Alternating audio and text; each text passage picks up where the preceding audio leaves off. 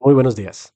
Mi nombre es Juan Camilo Romero. Este es el episodio número 22 de Filosofando.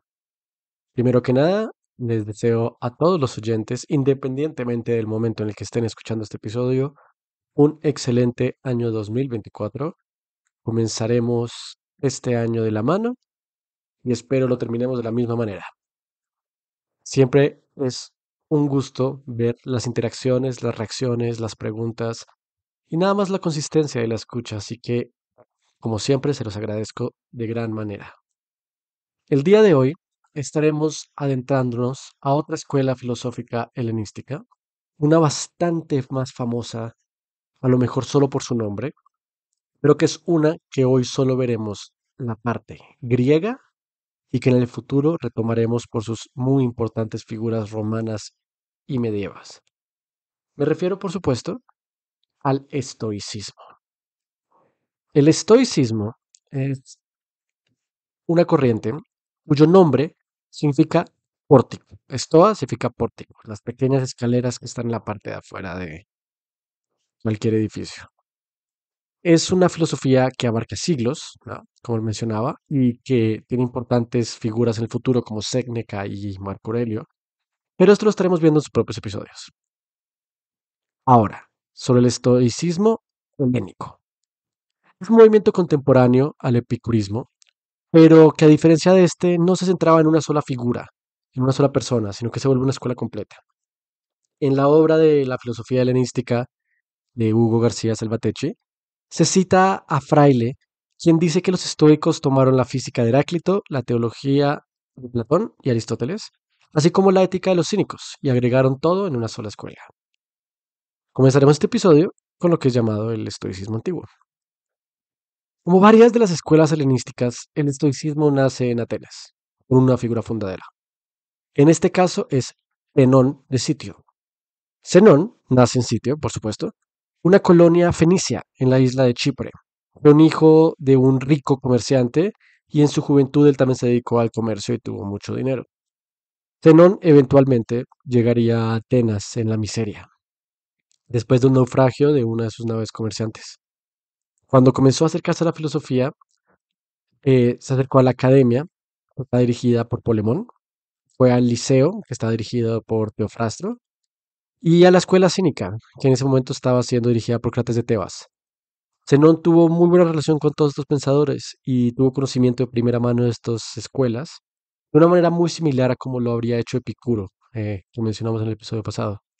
Tomó ideas de muchos de todos estos pensadores, pero llegó a la conclusión de que la enseñanza era insuficiente y que se vería necesario él crear su propia escuela. El pensamiento de Zenón como tal se puede resumir en los siguientes enunciados. Todo el conocimiento proviene de los sentidos. No hay ideas innatas. Los conocimientos no son innatos, sino comunes a todos los hombres, quienes los perciben a través de los sentidos. No hay tal cosa como una revelación divina. El principio rector, la cosa que forma todo lo demás, tiene forma de fuego, y de este fuego se conforma el resto del universo. En la ética, hay que combatir las pasiones. Para esta escuela, razón, divinidad, libertad, naturaleza, felicidad, todos son lo mismo, e inclusive son inseparables. Y para Zenón, la forma de vivir es a través de la mensura. Hay que ser mesurados en todo, evitar excesos a toda costa y vivir en un punto medio casi aristotélico. La frase más célebre de Zenón es una que seguramente han visto en sus redes sociales o que le encantará decirle a sus hijos o compañeros. Y es que tenemos dos orejas y una sola boca, para escuchar más y para hablar menos. Zenón estaría atrapado en este momento de la historia de la misma forma que Epicuro, donde se está intentando redefinir la noción de ciudadano y sobre todo de la nación-estado griega ateniense. Para Zenón, los hombres no deberían separarse en ciudades y en pueblos con leyes particulares. Él defendería que la vida es una sola y uno solo es el orden de las cosas. No tiene sentido que algo sea legal en una zona y sea ilegal en otra. Una de esas dos leyes está equivocada. ya que hay unas leyes universales que aplican a todo lo vivo. Y si hay dos leyes contradictorias entre dos civilizaciones, aunque sea una de las dos, es equivocada, si no es que las dos. Zenón hablaría mucho del imperio de Alejandro Magno como lo más cercano a la imagen de una buena legislación y de un buen Estado. Después de Zenón, el siguiente filósofo a mencionar sería su estudiante directo, Cleantes de Asos. Cleantes entraría a estudiar bajo Zenón a sus 50 años y estaría ahí 19 años, hasta la muerte de su profesor. En ese momento, Cleantes volvería el nuevo dirigente de la escuela estoica. Cleantes fue famosamente más fuerte que listo. Sus recuerdos suelen enfocarse más en su fortaleza física y en su comportamiento fuertemente religioso. Cleantes aportaría a la escuela estoica separando o proponiendo separar la filosofía en seis ramas: la dialéctica, la retórica, la ética, la política, la física y la teología.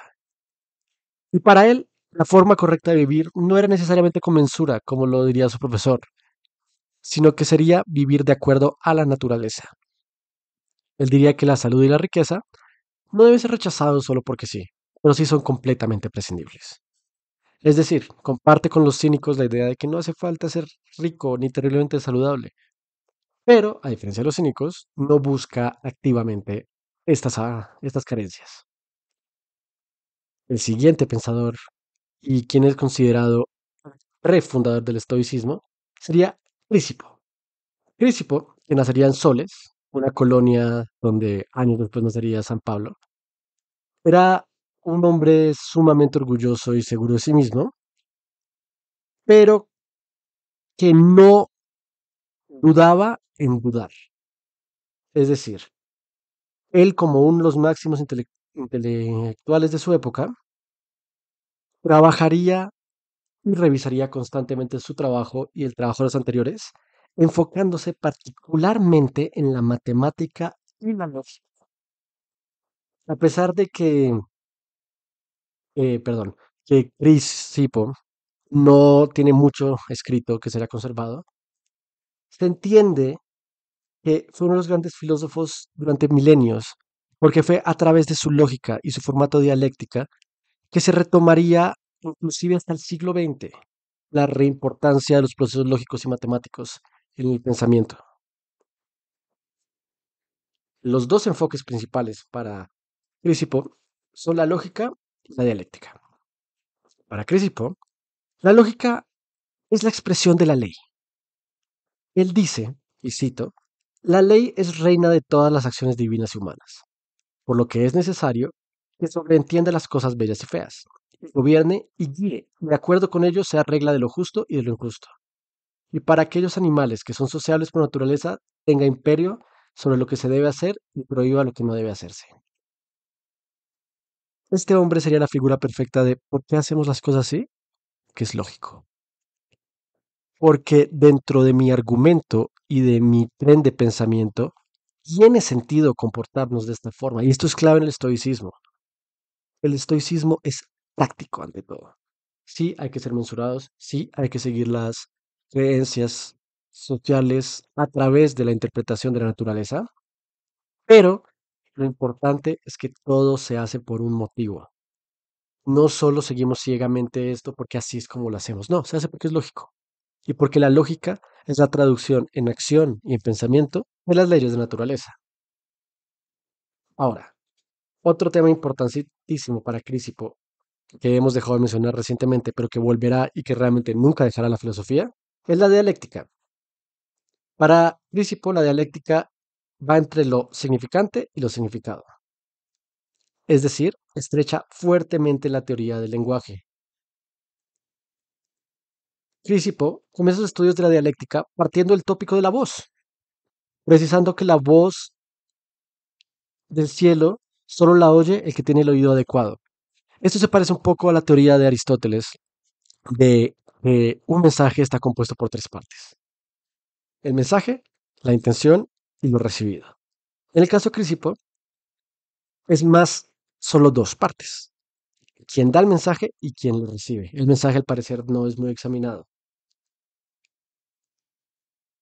Ahora, un par de observaciones lógicas importantes atribuidas a Crisipo es, por ejemplo, la diferencia entre los enunciados, que son proposición, pregunta, pesquisa, orden, juramento, súplica, suposición, evocación y proposición. Cuasi proposición, perdón. Él precisaba que solo es proposición el enunciado que necesariamente es verdadero o falso. Enseñaba que la definición solo define lo universal en la sintaxis. La definición es la restitución de lo propio.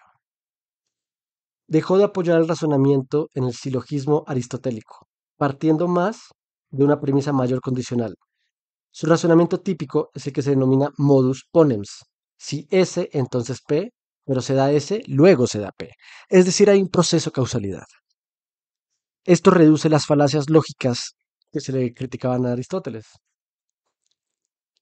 Ahora, sobre la teología, Crisipo no era tan religioso como su antecesor, pero sí creía en Dios. Pero hace una diferencia importantísima que no estoy seguro se haya hecho hasta entonces en algunas de las escuelas que hemos estudiado. Y es que él considera que Dios no es el universo, pero existe y está en el universo. Y muy probablemente es el fuego.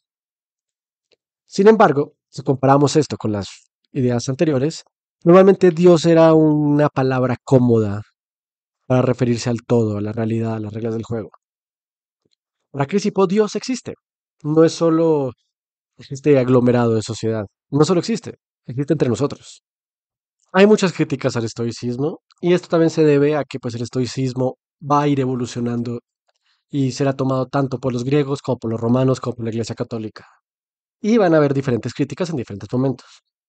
Una de las críticas más resaltadas es la crítica que hace Cicerón, que dice que la lógica estoica solo es una repetición de lo que ya había enseñado la academia y el liceo, lo cual pues no es cierto, en mi opinión, ya que la lógica es donde los estoicos realmente van a resaltar.